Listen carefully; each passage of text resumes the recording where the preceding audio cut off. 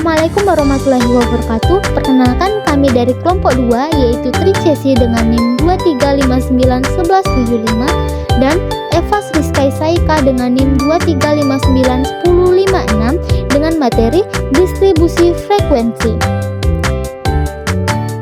Apa itu distribusi frekuensi? Distribusi frekuensi adalah penyusunan data kelas-kelas interval. Distribusi frekuensi adalah membuat uraian dari suatu hasil penelitian dan menyajikan hasil penelitian tersebut dalam bentuk yang baik, yakni bentuk statistik populer yang sederhana sehingga kita dapat lebih mudah mendapatkan gambaran tentang situasi hasil penelitian. Selanjutnya adalah tabel distribusi frekuensi, pengertian dan macamnya. Pengertian tabel distribusi frekuensi. Tabel adalah alat penyajian data statistik yang berbentuk atau dituangkan dalam bentuk kolom dan bujur. Dalam tabel distribusi frekuensi akan kita dapat yang pertama adalah variabel, yang kedua frekuensi, dan yang ketiga adalah jumlah frekuensi. Selanjutnya adalah tabel distribusi frekuensi tunggal. Tabel distribusi data tunggal adalah salah satu jenis tabel statistik yang di dalamnya disajikan frekuensi dari data angka. Angka yang ada itu tidak dikelompok-kelompokkan. Contohnya seperti nilai UAS dalam bidang studi matematika dari sejumlah 40 orang siswa kelas 10-1 SMA Tunas Cendekia berbentuk data tunggal sebab nilai tersebut tidak dikelompok-kelompokkan. Selanjutnya adalah tabel distribusi frekuensi data kelompokan. Tabel distribusi frekuensi data dikelompokkan adalah salah satu jenis tabel statistik yang di dalamnya disajikan pencarian frekuensi dari data angka, di mana angka-angka tersebut dikelompok-kelompokkan atau dalam tiap unit terdapat sekelompok angka. Selanjutnya adalah tabel distribusi frekuensi relatif. Tabel distribusi frekuensi relatif juga dinamakan tabel presentase. Dikatakan frekuensi relatif sebab frekuensi yang disajikan di sini bukanlah frekuensi yang sebenarnya, melainkan frekuensi yang dituangkan dalam bentuk angka persenan.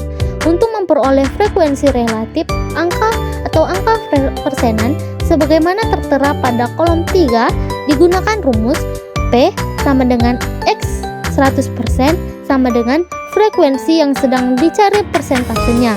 N sama dengan number of atau jumlah frekuensi atau banyak individu.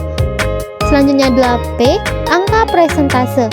Jadi angka persenan sebesar 17,5 itu diperoleh dari X 100% sama dengan 17,5 sebesar 32,5 diperoleh dari X 100% sama dengan 45,0, demikian seterusnya. Jumlah persentase P harus selalu sama dengan 100,0. Selanjutnya bagaimana cara membuat tabel distribusi frekuensi. Misalkan dari sejumlah 40 orang murid sekolah menengah pertama yang menempuh ulangan harian dengan mata pelajaran matematika, diperoleh nilai hasil ulangan sebagai berikut. Nama murid tersebut tidak dicantumkan di sini. Apabila data tersebut akan kita sajikan dalam bentuk tabel distribusi frekuensi, maka langkah yang perlu ditempuh adalah yang pertama adalah mencari nilai tinggi, skor paling tinggi, dan nilai terendah atau skor paling rendah. Nilai paling tinggi yaitu 10 dan nilai yang paling rendah adalah 3. Dengan diketahuinya H dan L, maka kita dapat menyusun atau mengatur nilai hasil ulangan harian itu dari atas ke bawah, mulai dari 10 berturut-turut ke bawah sampai dengan 3 pada kolom 1. Dari tabel distribusi frekuensi yang kita persiapkan adalah seperti yang terlihat pada tabel 6,2.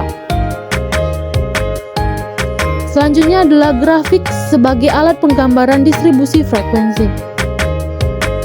Penyajian data lewat tabel distribusi frekuensi terkadang kurang menarik, kurang cepat dalam memberikan deskripsi data, dan kadang kurang dimengerti. Hal ini antara lain disebabkan yang pertama adalah penyajian data dalam bentuk deretan angka itu umumnya majemuk. Untuk memperoleh pengertian yang terkandung dalam deretan angka, yang dihidangkan lewat tabel distribusi frekuensi itu semua harus dibaca atau memakan waktu yang lama. Dan yang ketiga adalah bagi orang yang tidak terbiasa membaca tabel distribusi frekuensi, penyajian lewat tabel distribusi frekuensi itu kadang kurang dapat dipahami, bahkan kadang memusingkan kepala. Selanjutnya adalah keunggulan dan kekurangan diagram atau grafik. Yang pertama adalah keunggulan. Keunggulannya yaitu penyajian data statistik melalui grafik tampak lebih menarik daripada melalui tabel distribusi frekuensi. Yang kedua adalah grafik secara lebih cepat memperlihatkan gambaran umum dan menyeluruh tentang suatu perkembangan perubahan maupun perbandingan. Tidak demikian halnya dengan tabel. Dan yang ketiga adalah grafik yang dibuat menurut aturan yang tepat dan benar akan terasa lebih jelas dan lebih dimengerti orang. Selanjutnya adalah kekurangan. Yang pertama adalah membuat grafik jauh lebih sukar dan memakan waktu, biaya, serta alat. Tidak demikian halnya dengan tabel. Yang kedua adalah data yang dapat disajikan dalam grafik amatlah terbatas. Sebab apabila datanya banyak sekali, maka lukisan grafiknya akan menjadi terlalu rumit dan memusingkan. Tidak sepertinya halnya tabel. Dan yang terakhir adalah grafik pada kebanyakan bersifat kurang teliti. Dalam tabel dapat dimuat angka sampai tingkat ketelitian yang setinggi-tingginya. Misalnya 6.334, 7.001, dan sebagainya. Dapat dimuat dalam tabel namun tidak dapat dilakukan dalam grafik. Terima kasih.